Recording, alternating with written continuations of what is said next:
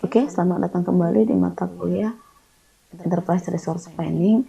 Adapun topik pada pertemuan kita kali ini adalah melanjutkan proses integrasi, tapi untuk melihat bagaimana integrasi antara proses procurement, fulfillment, production, dan inventory and warehouse management proses. Oke, kita lihat integrasinya dari sebuah studi kasus. Diketahui bahwa RMB customer dari GBI melakukan request terhadap 40 atau melakukan order terhadap 40 produk namanya Red Deluxe Touring Bikes dengan kode barang seperti yang dapat kita lihat di slide. Nah, asumsi yang dapat digunakan dalam studi kasus ini adalah bahwa San Diego hanya memiliki 10 stok dengan harga 1.400 setiap bike. Nah, Dallas saat ini tidak memiliki, tetapi pada saat memiliki mereka juga menjual dengan harga yang sama 1.400. Nah, plan Dallas itu memiliki 200 aluminium wheel assembly, yang dimana ini adalah salah satu bill of material untuk pembuatan bike. Nah, standar harganya untuk satu aluminium untuk wheel assembly tersebut adalah $110. Nah, diketahui juga bahwa Space Bike Composite, salah satu vendor pada GBI ini, mampu untuk melakukan supply terhadap semua raw material yang dibutuhkan untuk memproduksi Red Deluxe Touring Bike. GBI nanti akan melakukan pembelian terhadap raw material dalam bentuk lot size, di mana satu lot size itu adalah 200. Nah, dalam sekali memproduksi juga lotnya itu adalah 50. Jadi tidak bisa memproduksi 60, 70, tapi lot size-nya adalah 50. RMB kemudian mengirimkan RMB itu telah mengirimkan ke perusahaan GBI sebuah purchase order, yang dimana nanti purchase order ini kalau di GBI akan dianggap menjadi sebuah sales order, dimana pada purchase order tersebut ada request terhadap 40 Red Deluxe Touring Bike. GBI kemudian akan menjual bike tersebut untuk harga 2.800 untuk masing-masing bike. Oke, karena RMB ini saat ini di lokasinya itu ada di Western US, untuk sales organisasi Western US, maka bike tersebut akan dikirimkan dari San Diego Plant. Nanti akan dikirimkan dari San Diego Plant, di mana area tersebut hanya memperbolehkan pengiriman dari San Diego. Oke, kita lihat integrasinya. Tadi berawal dari Rocky Mountain Bike yang melakukan request terhadap 40 bike dari GBI. Nah, mereka mengirimkan purchase order, di mana purchase order tersebut nanti akan convert menjadi sales order di fulfillment proses. Nah, pada saat sales order sudah diterima akan melakukan availability check. Ternyata saat ini hanya ada 10 bikes yang terdapat di San Diego. Nah, karena Dallas ini tidak memiliki inventory bike, nah kemudian akan nanti kan karena mereka melakukan availability check, kemudian mereka akan melakukan request stock transfer dari Dallas. Dari Dallas itu menggunakan STO. Jadi karena availability check-nya tidak memenuhi, maka mereka melakukan request stock transfer dari Dallas. Tapi karena Dallas ini tidak memiliki inventory, kemudian STO yang dikirimkan tadi akan dianggap sebagai requirement yang kemudian akan menjadi trigger untuk proses produksi. Nah, nanti akan dilakukan proses produksi. Pada saat material sudah available, maka akan lanjutkan kembali ke proses fulfillment. Oke, kita lihat informasi yang perlu kita ketahui. Berikut ini kita bisa melihat bill of material dari touring bike. Nah, kita lihat di sini ya, touring bike itu ada beberapa bill of materialnya, ada wheel assembly dan seterusnya. Nah, ini adalah raw material yang cost untuk setiap raw material yang dibutuhkan per bike. Untuk setiap bike ya, yang dibutuhkan adalah misalnya untuk gear assembly itu $75 untuk setiap bike. Oke. Nah, kita lihat dulu financial accounting dan material valuation pada start proses. Jadi ini adalah account ledger-nya dari proses inisialisasi saat ini. Oke, ini tadi 2.800 ya bikes-nya. Kemudian kita lihat valuasinya. Seperti kita ketahui, di Dallas itu tidak memiliki stok, jadi harganya 0. Sementara di San Diego itu memiliki 10. Jadi karena harga satu baik valuasinya di San Diego adalah 1.400, maka 1.400 dikali 10 menjadi 14.000. Jadi saat ini total valuasi dari produk baik tersebut di GBI adalah 14.000. Oke, kita lihat juga untuk stok dari barang yang kodenya adalah TRWA 1000. Nah, TRWA 1000 ini apa? Nah, TRWA 1000 itu adalah wheel assembly ya. Nah, untuk wheel assembly sendiri kan diketahui tadi bahwa memiliki 200 ya di Dallas nih. Dallas ini memiliki 200 aluminium wheel assembly yang akan digunakan nanti untuk memproduksi touring bike. Jadi dia memiliki 200. Nah, di mana harga setiap wheel assembly-nya adalah 110. Nah, maka harganya total dari valuasinya adalah 22.000. Total untuk GBI adalah 22.000. Nah, di sini kita bisa melihat total valuasi dari finished good dan raw materialnya adalah 14.000 dan 22.000. Oke, ini contoh, ini adalah valuasi dari proses awal dari RMB tadi. Jadi inilah proses nanti yang akan include atau yang akan terlibat ya dalam untuk memenuhi request RMB yang tadi, yaitu proses fulfillment ya, karena sales ordernya berasal dari proses fulfillment, nanti akan masuk ke inventory management melalui pembuatan STO. Kemudian setelah tadi STO ini dianggap sebagai requirement, maka akan men-trigger proses produksi. Nah, nanti pada proses produksi kita akan membutuhkan beberapa material untuk pembuatan untuk bill of material. Pada proses produksi nanti kita akan masuk ke proses product procurement, yaitu pengadaan dari bill of material yang dibutuhkan. Kemudian dilanjutkan kembali setelah good issue berkali-kali, kemudian kita akan melakukan proses produksi kembali sampai proses produksi tersebut selesai. Pada saat proses produksi tersebut selesai, barang akan ditambahkan ke inventory dan kembali lagi akan merespon terhadap STO yang sudah di request tadi. Nah, kemudian warehouse management akan melakukan proses terhadap STO yang tadi dan kembali lagi ke proses fulfillment. Oke, inilah prosesnya secara garis besar. Proses dimulai dari pembuatan PO, dari penerimaan PO dari customer. PO tersebut akan dikonvert menjadi sales order dan akan masuk ke sales order processing.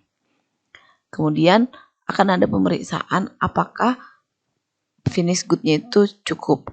Kalau misalnya nanti skenario-nya mencukupin ya, kalau akan naik ke atas. Tapi saat ini kita lihat apakah dari skenario tersebut mencukupi. Ternyata tidak ya, karena tadi kita membutuhkan 40, sementara stok kita itu adanya hanya 10. Jadi dianggap tidak mencukupi. Kemudian kita akan masuk ke proses tidak mencukupi. Nah, kemudian karena tidak mencukupi, plant tersebut melakukan request STO ke plant lain.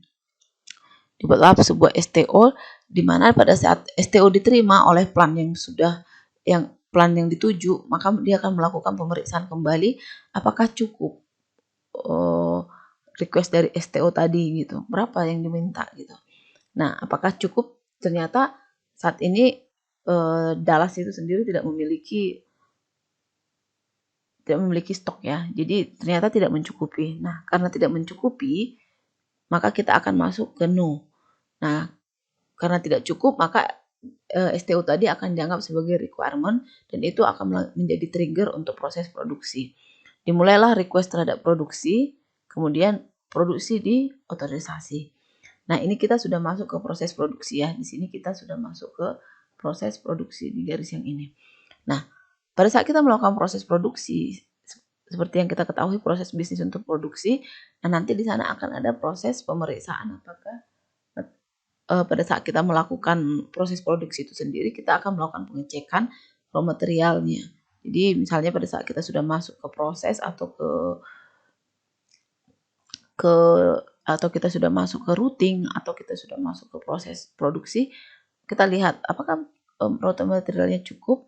Nah, ternyata dalam hal ini ada beberapa raw material yang tidak mencukupi. Karena kan ada banyak raw material ya pembentuk untuk bike, dan tadi yang hanya kita tahu hanya wheel assembly saja yang ada stoknya. Selainnya tidak ada stok. Maka karena tidak ada stok, maka kita akan masuk ke no. Nah, dan pada saat no ini kita akan melakukan order, kita akan mengirimkan PO ke vendor kita, yaitu kita mulai dengan proses pembuatan PR, kemudian kita mengirimkan PO tadi. Setelah itu, setelah mereka memproses PO, kita akan menerima shipment. Terus saat shipmentnya kita sudah terima, maka akan menambah stok ya. Di sini stok akan bertambah. Nah, sembari itu, karena barang sudah kita terima, kita akan melanjutkan ke proses penerimaan invoice dan mengirimkan payment. Nah, saat ini stok sudah bertambah, kita kembali ke proses produksi. Karena stok sudah bertambah, maka kita dapat melakukan proses good issue untuk setiap proses pada proses produksi. Ini akan kita lakukan berulang-ulang proses ini. Kemudian pada saat barang material yang kita produksi sudah selesai, maka kita akan melakukan proses konfirmasi dan barang akan dikirimkan ke inventory karena sudah selesai, maka akan melakukan proses good receipt. Nah, saat ini ternyata karena proses produksi sudah selesai, apakah sekarang finish good-nya sudah mencukupi? Ya, ternyata sudah mencukupi, maka dilakukan proses good issue. Good issue untuk memenuhi STO tadi, maka good issue dari proses produksi akan di good receipt di proses inventory tadi. Good receipt terhadap STO yang sudah di-create tadi. Nah, setelah itu maka karena materialnya sudah cukup, maka untuk proses good movement akan dilakukan create TR, kemudian TR ini akan di convert menjadi TO, transfer order, kemudian TO-nya akan dikonfirmasi dan proses pengiriman barang akan dapat dilakukan untuk memenuhi proses fulfillment tadi. Nah, saat ini karena barang sudah bertambah di plant yang melakukan request terhadap STO yang ini, maka apakah sudah mencukupi? Ya, ternyata sudah mencukupi karena proses produksi sudah selesai, maka akan masuk ke proses shipping dan akan masuk ke proses barang. Sementara shipping itu sendiri kan part dari fulfillment, tetapi pada saat shipping akan dimulai, nah di bagian warehouse sendiri itu akan ada satu proses namanya create TO dan confirm TO tadi. Nah, dari TO tadi akan setelah shipping proses, kita akan melakukan good issue, billing, kemudian kita melakukan payment dan proses request tadi sudah selesai dan terpenuhilah 40 untuk baik yang diinginkan oleh RMB. Oke, kita lihat secara detail proses bisnis yang sudah dijelaskan tadi. Dimulai dari pembuatan sales order processing yang di-trigger dari penerimaan purchase order dari customer. Kemudian kita akan melakukan pengecekan apakah permohonan terhadap 40 tadi baik tadi cukup atau tidak. Kemudian karena ternyata tidak cukup, kemudian akan dibuatlah sebuah STO yang isinya adalah melakukan request bikes dari Dallas ke STO karena diketahui bahwa finish good-nya tidak mencukupi. Kemudian ini adalah proses dari STO.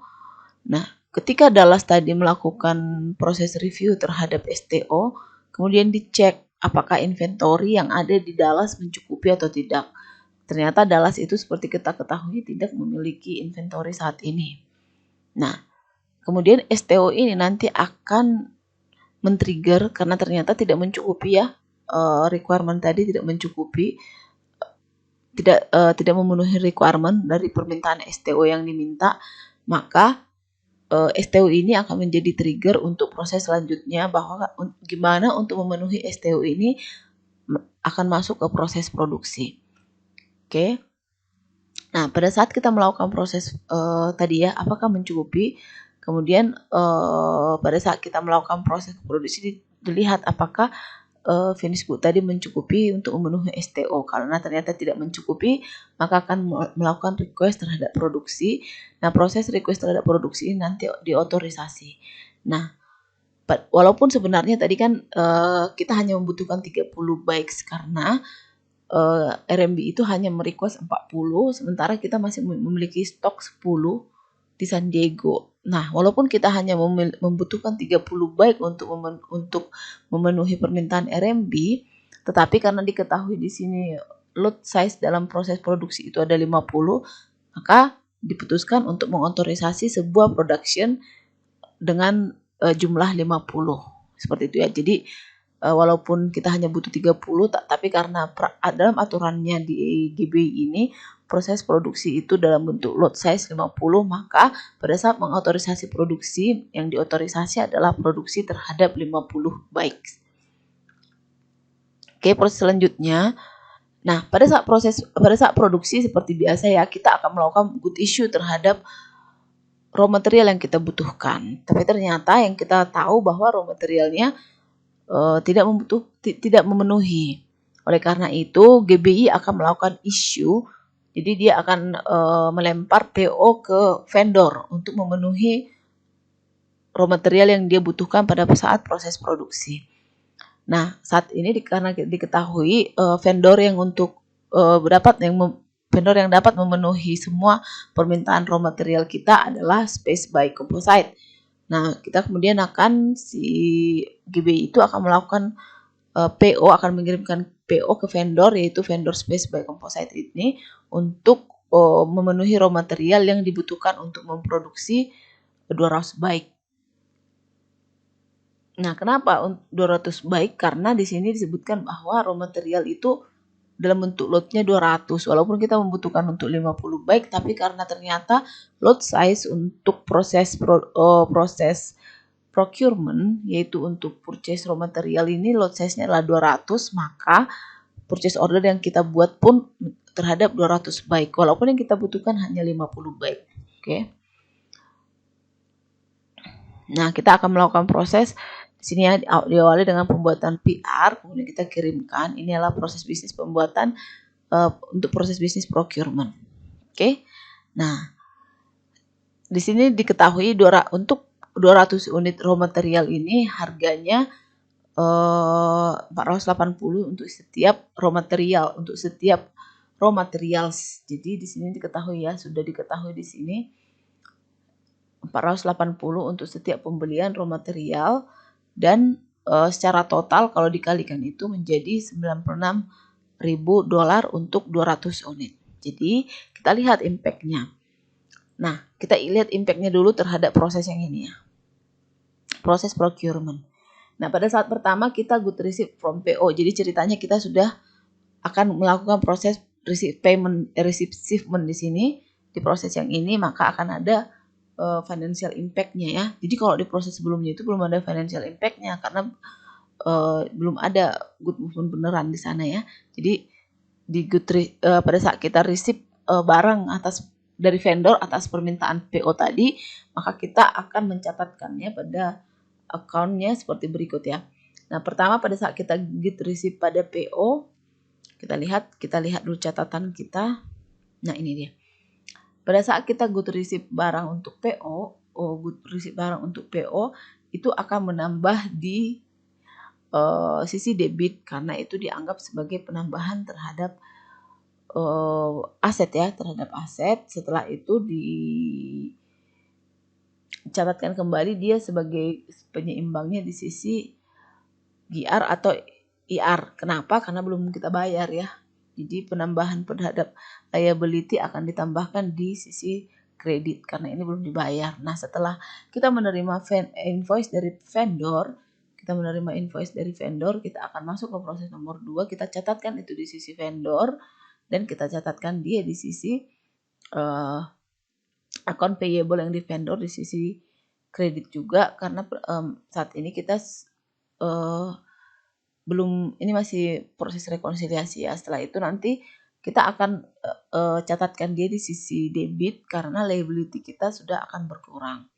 Nah, setelah kita melakukan pembayaran terhadap vendor, maka kita akan mencatatkan kembali dia di sisi debit di account payable reconciliation karena kita sudah melakukan pembayaran dan kita catatkan di sisi vendor. Jadi kalau karena kita sudah pasti akan mengeluarkan cash dari bank, berarti aset kita sudah berkurang, maka kita catatkan di sisi debit pada akun bank karena pasti pada saat kita melakukan pembayaran akun bank kita akan berkurang. Nah, kita lihat sekarang akun valuasi dari produknya. Sebelumnya kan kita melihat evaluasi untuk stok baiknya sama ya, karena tidak ada perbedaan karena belum selesai proses produksi. Berikutnya untuk stok untuk assembly-nya juga sama, belum ada perbedaan karena belum ada proses produksi. Dan kemudian untuk proses stok sekarang sudah bertambah. Kita sudah melakukan pemesanan terhadap 200 di mana harga setiap unit itu 480. Jadi sekarang valuasi untuk raw material sudah naik menjadi 96.000. Oke, selanjutnya kita akan lihat langkah berikutnya. Nah, pada saat proses produksi dilakukan, kan kita akan melakukan pengecekan terhadap apakah material yang kita butuhkan pada saat proses produksi berlangsung itu memenuhi atau tidak. Nah, kemudian kita akan melakukan proses tadi ya procurement. Kemudian pada saat procurement itu sudah selesai dan barang kita terima, kemudian nanti barang akan kita good receipt. Dan sekarang setelah good receipt maka raw materialnya sudah memenuhi. Karena materialnya sudah memenuhi, kita kemudian akan bisa melakukan good issue barang dari inventory untuk proses selanjutnya. Nah, sementara good issue itu sendiri akan memiliki impact terhadap accounting. Kita lihat seperti ini terhadap financial. Pertama, nah ini adalah dampaknya pencatatan pada beberapa akun pada saat proses good issue. Yang pertama dicatatkan adalah pada akun inventory akan dicatat di sisi kredit. Kenapa dicatat di sisi kredit? Karena ini dianggap sebagai pengurangan aset. Yang berikutnya juga akan dicatat di pengurangan aset pada semi-finished good, akan dicatat di sisi kredit. Kemudian karena ini dianggap sebagai expense ya, penambahan expense, maka akan dicatat di raw material consumption expense. Dan kemudian akan dicatatkan di semi-finished good consumption expense. Karena dia expense bertambah, maka akan dicatat di sisi debit. Nah, ini kalau kita hitungnya ini pasti sudah balance ya antara sisi debit dan sisi kreditnya. Kemudian kita lihat dulu valuasi sebelum kita masuk ke good receipt production order. Pada saat kita melakukan production order, pasti kita sudah akan melakukan good receipt terhadap PRO yang sudah selesai tadi. Nah, valuasinya pasti sudah berubah. Awalnya pada finish good tersebut tadi di Dallas itu adanya 0. Jadi valuasinya pun 0. Di San Diego ada 10 dengan valuasi 14.000. Nah, setelah kita melakukan good receipt, berarti barang sudah bertambah ya. Stok sudah bertambah, maka akan dicatatkan. Kita lihat di sini pada stok di finish good-nya di San Diego sudah bertambah. Di Dallas sudah bertambah sebanyak 50 karena tadi lot size-nya 50 ya. Dengan valuasi 70.000. Jadi total valuasi untuk di XTR 3000 ini adalah 84.000. Nah, sekarang kita lihat pencatatannya pada saat good receipt pada production order, maka dicatatkan di sisi debit karena dianggap sudah menambah pada aset. Dicatat di sisi debit sebanyak 70.000, di sini 70.000 ya. Dan dicatatkan kembali di sisi kredit sebanyak angka 70.000. Kenapa? Karena ini dianggap sebagai pengurangan aset. Jadi aset itu apa? Nah, dia dianggap sebagai pengurangan terhadap raw material. Jadi, karena kita proses produksi sudah selesai, ada pengurangan terhadap raw material, maka dicatatkan sebagai pengurangan terhadap aset. Oke, tadi kita sudah masuk ke proses pembuatan, sudah selesai sampai di langkah good receipt di angka 5. Nah, sekarang produk sudah mencukupi ya. Sudah proses produksi selesai, maka request terhadap STO tadi dianggap produknya atau materialnya sudah mencukupi karena sudah diproduksi sebanyak 200 tadi. Nah, tapi yang dimintakan sebanyak 50, yang produksi 200, apakah sudah mencukupi? Iya. Jadi di sini kita melihat bahwa proses selanjutnya bisa kita lanjutkan, yaitu ke langkah ke-6. Ke garis yang ke-6 ini berarti kita akan melakukan proses good issue terhadap STO yang tadi. Kemudian setelah good issue dilakukan, nanti di proses inventory manajemen di plan San Diego, ini kan di plan Dallas ya, good issue dari Dallas maka akan di-receive di San Diego. Nih, kita lihat di sini ya. Berarti di good issue di Dallas akan di good receive di San Diego. Nah, ini adalah proses garis besarnya ya. Nanti akan ada impact terhadap proses tadi. Jadi akan ada pencatatan finance accounting. Pencatatannya karena kita sudah melakukan proses good issue dari STO tadi ya. Good issue dan good receive. Nah, di sini. Good issue dari Dallas, good receive di San Diego. Nah, langsung dicatatkan di finish good. Karena pencatatannya itu seperti yang kita tahu. Nah, ini akan menambah terhadap aset, tetapi menambah di awalnya berkurang di asetnya di sisi debit, dicatat dulu di sisi debit, tetapi karena langsung diterima di plant yang lain, maka akan dicatatkan langsung di sisi kredit. Nah, seperti ini pencatatannya, dan kita lihat valuasinya di Dallas karena kita pada saat good issue ya, good issue dari Dallas akan di-receive di San Diego, maka pada saat kita melakukan good issue, ini adalah valuasinya di Dallas ada 20, di San Diego 10 dan intransitnya 30. Nah, setelah kita good receive, maka di Dallas sekarang sudah ada 20, di San Diego 40 karena tadi ini statusnya masih in transit pada saat kita melakukan good issue. Jadi belum sampailah disebutkan di San Diego, maka di sini sebutnya masih in transit ya. Tapi karena setelah melakukan proses good receive, maka in transitnya berubah menjadi unrest. Nah, jadi total dari stok di XTR 300 ini di San Diego itu ada di Dallas 20, di San Diego ada 40, nah totalnya ada 60. Kenapa ini tiba-tiba jadi 60? Karena kan kita produksi 50 ya. Kita produksi 50, nah berarti masih ada totalnya itu berarti 50 ditambah 10 tadi yang kita punya di stok awal, berarti sekarang kita memiliki 60 unrest untuk stok dari di XTR 300 yang mana ini adalah finish good-nya. Oke, proses selanjutnya kita masuk ke setelah tadi kita good receive, kita kemudian di San Diego akan melakukan warehouse management step dimulai dari pembuatan TR transfer requirement, nanti akan diubah menjadi TO, kemudian TO-nya akan dikonfirmasi. Nah, ini adalah langkah yang ketujuh. Nah, setelah itu kita akan masuk kembali ke setelah barangnya TO-nya sudah dikonfirmasi, maka kita akan melihat masuk kembali ke sini apakah finish produknya sudah mencukupi.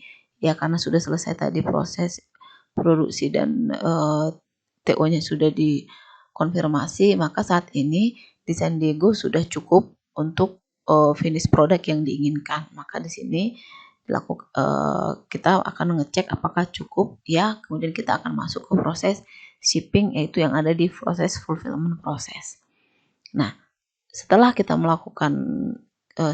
tadi mengkonfirmasi shipping, maka akan dilakukan proses pemindahan material dari inventory yang dimulai dari pembuatan TO dan kemudian transfer order tersebut akan dikonfirmasi. Ini adalah proses yang akan dilakukan di warehouse management process. Kemudian setelah barang dipindahkan, setelah TO-nya dikonfirmasi, maka barang akan sudah bisa di shipping atau dikeluarkan. Itu proses shipping, itu barangnya sudah bisa di good issue dari inventory. Nah, di sini ya. Nah, pada saat shipping ini akan terjadi impact terhadap financial, yaitu pencatatan pada beberapa akun. Yang pertama adalah COGS, cost of goods sold, akan bertambah di sisi debit, karena ini dianggap sebagai expense ya. Expense maka akan dicatat sebagai penambahan terhadap expense dicatat di debit. Kemudian dia akan ditambahkan di credit karena dianggap bahwa pada saat barang kita good issue ya, barang dikeluarkan, maka asetnya sudah berkurang. Aset dianggap berkurang. Oke, selanjutnya setelah kita good issue, barang sudah keluar dari inventory, kemudian kita akan menagihkan RMB sebanyak untuk 40 global bag yang tadi yang sudah kita kirimkan ke mereka, yaitu proses selanjutnya. Oke, kita lihat di sini apa saja yang akan terimpact pada saat kita melakukan proses pembuatan billing atau invoice ke customer. Oke, kita lihat pencatatan pertama adalah dicatatkan di sisi penambahan di sisi debit, sisi kredit.